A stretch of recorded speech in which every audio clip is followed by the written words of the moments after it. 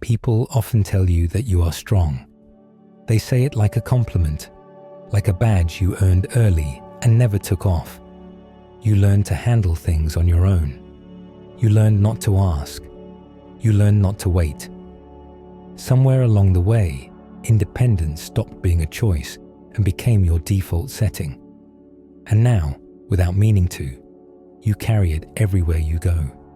If you clicked on this, there is a good chance you already know the feeling, the quiet pride of handling life without help, the calm you show on the outside, the way people assume you are fine because you always seem to be. But there is also a tension under that surface, a weight that does not have a clear name, a sense that strength, at some point, stopped feeling light. What if the thing everyone praises you for is also the thing that keeps you alone? What if independence, when taken too far, becomes less of a shield and more of a cage? Not because you chose it that way, but because at some point it felt safer than needing anyone at all. For many people, being too strong is not a personality trait. It is not confidence or ambition or discipline. It is adaptation. It is what happens when someone learns early on that help does not come when it is needed, or that relying on others leads to disappointment, chaos, or pain. Strength in that context is not about power. It is about survival. When you grow up in an environment where emotions are ignored, dismissed, or punished, you learn quickly that vulnerability costs something. When caretakers are inconsistent, overwhelmed, or unsafe, you learn to self-soothe. When asking for support leads to rejection or guilt, you stop asking. Over time, independence becomes your armor, not because you want to be invincible, but because you cannot afford to be exposed. At first, this armor works. You become capable, resourceful, calm in situations that overwhelm others. You learn how to fix problems quickly. You become the one people lean on. Teachers trust you, friends rely on you, employers value you. The world rewards this version of you, and that reinforcement makes it even harder to question. But armor is heavy, and armor is rigid. It does not bend with your body. It does not adapt to rest. It is designed for battle, not for closeness. And when you wear it long enough, you stop noticing the weight until you are exhausted. Hyper-independence often looks like maturity on the outside, but internally, it is marked by emotional distance. You keep things contained. You process pain alone. You downplay your needs. You feel uncomfortable when others offer help, even when you desperately need it. You may tell yourself you prefer it this way, but preference and conditioning are not the same thing. One of the most subtle costs of being the strong one is isolation. Not physical isolation, but emotional isolation. People see your competence and assume you do not need support. They bring you their problems instead of asking about yours. Over time, you become known for holding space, but not for being held. There is a particular loneliness that comes from being relied on, but not deeply known. From being admired for your resilience, but not invited into softness. From being the steady one while quietly wishing someone would notice when you are not okay. Many hyper-independent people struggle to identify their own needs. Not because they lack self-awareness, but because they learn to override those signals early. Hunger, fatigue, sadness, fear. They were inconveniences in an environment that required performance. So you learn to push through, to numb, to delay, to tell yourself later, even when later never came. This pattern often leads to what can be called high-functioning detachment. You are productive, reliable, calm under pressure, but emotionally, you stay slightly removed. You do not fully lean into joy because loss feels too close. You do not fully share pain because it feels unsafe. You keep relationships stable by keeping them shallow enough to manage. This does not mean you lack depth. In fact, many strong, independent people are deeply reflective. You notice patterns. You think in layers. You spend time alone not because you dislike people, but because solitude feels predictable. Quiet feels controlled. Silence does not demand anything from you. There is often a deep sensitivity beneath this independence, a careful awareness of tone, mood, and atmosphere. You learn to read the room early, not out of curiosity, but necessity. You became good at anticipating problems before they happened. You learned to stay ahead so you would not be caught off guard again.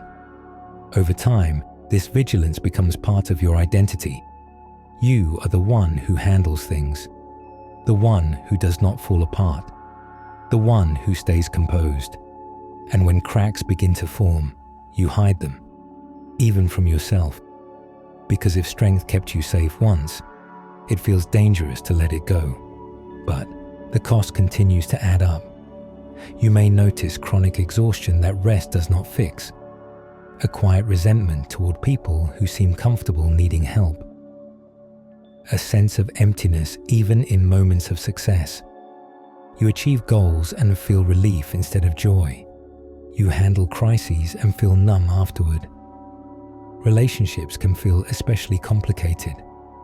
You may crave closeness but feel uncomfortable once it arrives. You want to be understood, but you struggle to explain what you feel. You may attract people who rely heavily on you, reinforcing the role you already know, while deeper mutual support remains out of reach. Sometimes, independence becomes a way to avoid disappointment. If you do everything yourself, no one can let you down. If you do not need anyone, you cannot be abandoned. This logic makes sense when you first adopt it, but over time, it quietly limits your emotional range. Strength without softness becomes brittle. It looks solid, but it does not absorb impact well. When life applies pressure, and it always does, something has to give. For some people, that moment comes as burnout. For others, it comes as sudden emotional collapse. For others, it shows up as chronic anxiety or numbness that feels impossible to shake. The breaking point is often confusing because from the outside, nothing seems wrong. You are still functioning, still showing up, still doing what needs to be done. But internally, something feels off. The armor that once protected you now feels suffocating. The independence that once empowered you now feels isolating. This is usually the moment when people start to question the story they have been telling themselves. The story that says strength means never needing help. That vulnerability is weakness. That relying on others is risky. These beliefs were not formed randomly. They were shaped by real experiences. But what protected you then may not be serving you now. There is grief in realizing this. Grief for the child who had to grow up too fast. Grief for the softness you postponed. Grief for the support you never received. Acknowledging that your strength was forged in necessity, not choice, can be both validating and painful. But this awareness is also the beginning of change. Not change that asks you to abandon your independence, but change that invites balance. True strength is not the absence of need. It is the ability to recognize need without shame. It is the capacity to stay open even when the instinct is to close. Learning to soften after years of being strong is not easy. It feels unfamiliar, exposing, sometimes terrifying. You may feel clumsy expressing needs. You may fear being too much. You may worry that if you stop holding everything together, it will all fall apart. But healing does not mean taking off the armor all at once. It means loosening it, piece by piece. Learning when it is safe to rest. Learning who has earned your trust. learning that vulnerability is not an emergency, it is a skill. The strength you built there is another layer to hyper-independence that often goes unnoticed. The way it shapes how you experience safety in your own body. When you have spent years relying only on yourself, your nervous system stays alert even in calm moments. Relaxation feels unfamiliar. Stillness feels exposed. You may notice that when nothing is wrong, you instinctively look for what might go wrong next. This constant readiness is not paranoia, it is memory. Your body remembers times when dropping your guard led to pain, so it stays prepared, even when preparation is no longer needed. Over time, this creates a quiet fatigue that sleep alone cannot fix. Many strong people struggle with rest because rest feels undeserved. Sitting still brings up thoughts you learn to avoid. Productivity became a way to regulate emotion. As long as you are doing, fixing, or planning, you do not have to feel. When you finally stop, everything you postponed comes rushing in. This is why boredom can feel uncomfortable, why silence feels loud, why moments meant for peace are filled with mental noise. Your mind learned to stay busy to stay safe. Hyper-independence also affects how you experience trust. You may trust people with tasks, but not with your inner world. You let others see what you do, but not how you feel. You keep emotional distance, not because you lack intimacy, but because intimacy once felt unpredictable. You may notice that you reveal yourself in pieces. You share insight, humor, competence, but hold back uncertainty, fear, or longing. This selective openness allows connection without full exposure. It feels safer, but it also limits how deeply others can know you. Over time, this creates a strange imbalance. People feel close to you, but you do not feel fully met. You give empathy easily, but struggle to receive it. You understand others deeply, yet feel misunderstood yourself. Another hidden cost of being strong is the pressure to remain consistent. Once people know you as reliable, you feel obligated to stay that way. You hesitate to change, to falter, to say you cannot handle something. Strength becomes a role you feel responsible for maintaining. This can lead to self-abandonment. You ignore your own limits to meet expectations. You push through discomfort because stopping feels like failure. You confuse endurance with worth. Eventually, your body intervenes. Tension becomes pain. Fatigue becomes illness. Emotional suppression becomes anxiety or numbness. These are not signs of weakness. They are signals asking for recalibration. Many strong people feel shame when this happens. They tell themselves they should be able to handle it, that others have it worse, that rest is indulgent. This inner dialogue keeps the cycle going. Breaking this pattern requires redefining responsibility. You are not responsible for holding everything together. You are responsible for caring for yourself. This is often the hardest shift, letting yourself matter as much as everyone else. Letting your needs take up space without justification. Letting go of the belief that strength must always look the same. As you begin to listen inwardly, you may feel disoriented. Without constant self-monitoring, who are you? Without problem solving, what grounds you? This uncertainty is part of transition, not a sign you are lost. You may grieve the version of yourself that survived by staying strong. You may feel loyalty to that identity. Letting it soften can feel like betrayal. But growth does not erase what came before. It builds on it. Your strength does not disappear when you rest. It becomes quieter, more intentional, less reactive. You begin to choose when to be strong instead of feeling forced to be. This is where independence becomes integrated rather than extreme. You still trust yourself.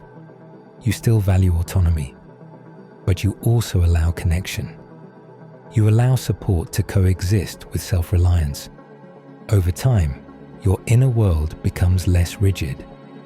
You notice emotions without rushing to manage them. You allow yourself to feel without immediately turning it into action. This creates space for clarity. You may begin to notice joy that feels less fragile, moments of connection that feel grounding instead of draining, a sense of presence that does not require vigilance. This is not a loss of strength. It is a return to wholeness. Not ruin you. It kept you alive. It carried you through things that would have broken others.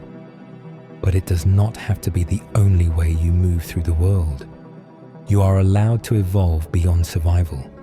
And often, the bravest thing a strong person can do is let themselves be seen when they are not okay. There is a moment many strong people reach that feels strangely quiet. Not dramatic, not explosive. Just a subtle realization that holding everything together is taking more energy than it gives back. You still wake up and do what needs to be done. You still show up, but something inside you feels thinner than it used to, less buffered, less protected by momentum. This is often when the cracks start to show, not because you suddenly became weak, but because the armor has been worn for too long without being removed. The body begins to protest first. Fatigue settles in your muscles. Sleep feels lighter. Your chest feels tight for no clear reason.